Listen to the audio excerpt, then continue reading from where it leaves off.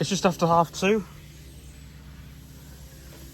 And there is my hammer down there, used for smashing, as you can hear.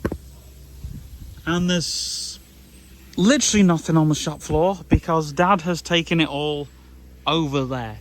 So when I've finished here, I'll take you over to the stuff that we were doing earlier on, which I was smashing the bench, but because it's too noisy, Dad's brought me over here to smash some flags up. Shop floor is going to be very sort of gritty. The stuff there to be scrapped, I think. Let me have a look.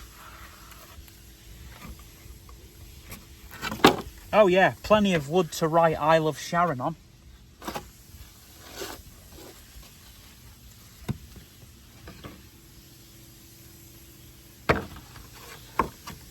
That's to be scrapped. Why is some of it being